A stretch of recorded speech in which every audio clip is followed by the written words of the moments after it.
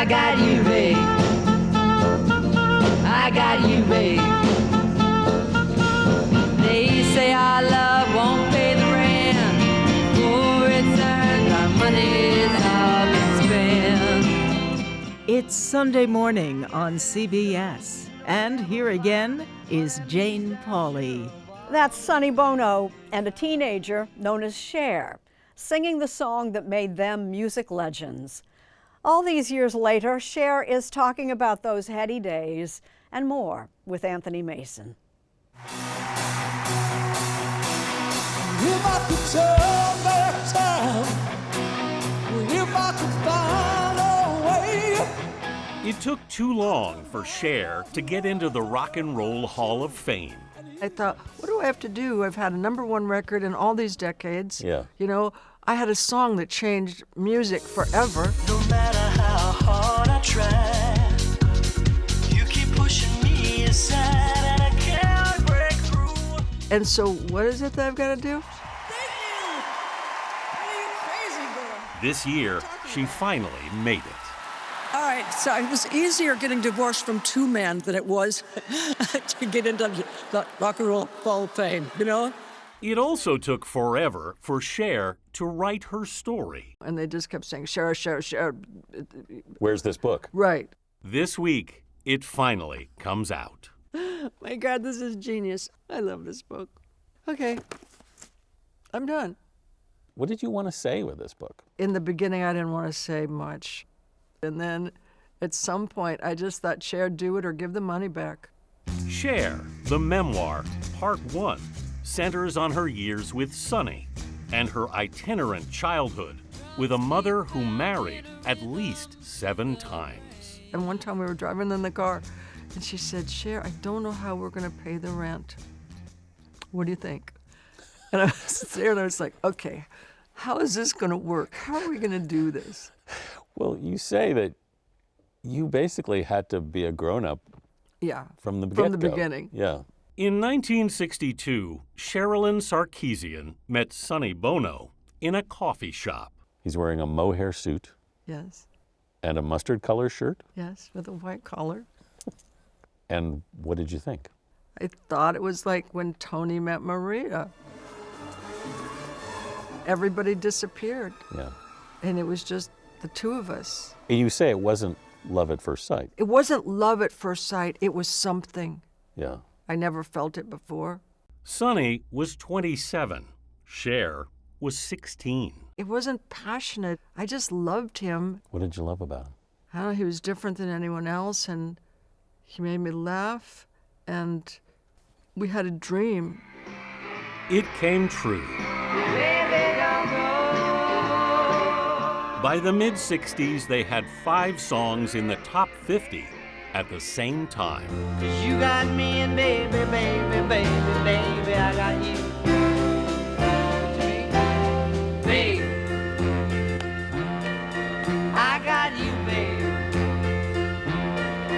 I got you, babe. In the 70s, on the Sonny and Cher Comedy Hour, they'd become America's favorite couple. She was a V-A-M-P. Vamp. With their banter, Does this mean what I think it means? Yes, sweetheart. I'm knitting us a baby. their songs, Give your love. and that Bob Mackie wardrobe. And then when they started to realize that people were tuning in because of what I was wearing, then they just gave us all the money we needed. Must have been It great. was so much fun. I can't wait to get my hands on her.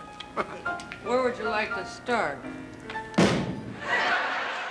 But Sonny began to change. He just started not to care Not to care about what? about me.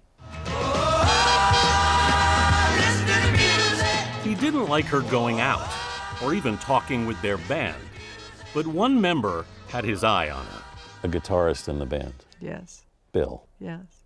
One night, she met up with him. We walked back to this place where the guys used to get high before the show, and then he kissed me, and it was like, oh my God. Somehow, word got back to Sonny.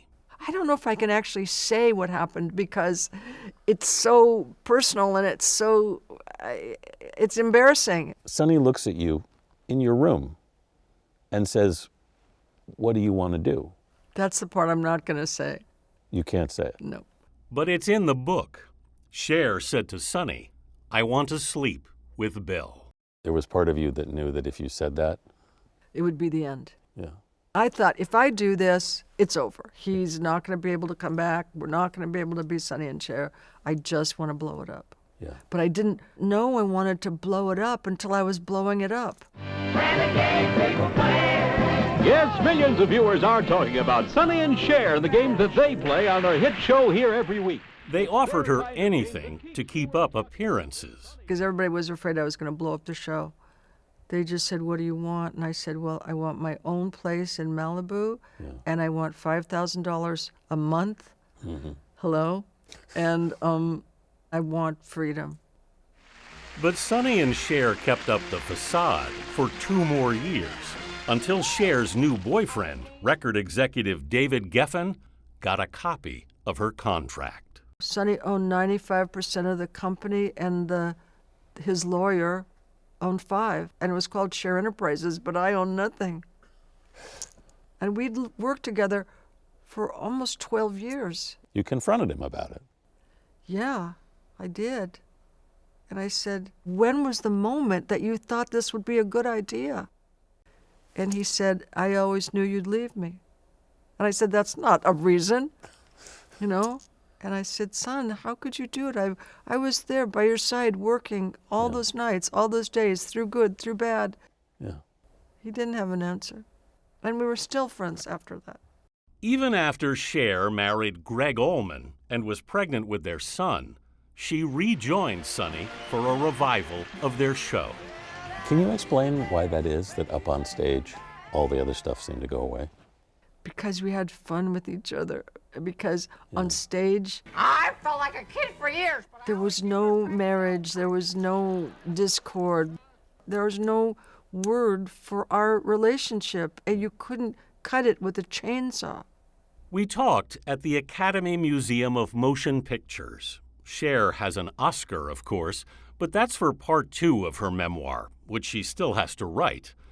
As for her music... You got another album you want to make? Yes. When are you going to do that? After I get rid of this book. Because talking is harder on your voice than singing. And I want to record an album. And 78 is not exactly a time in your life when you want to. I hope I'm Tony Bennett. You gave me faith to go on, now we're there, and we've only just begun, and this will be our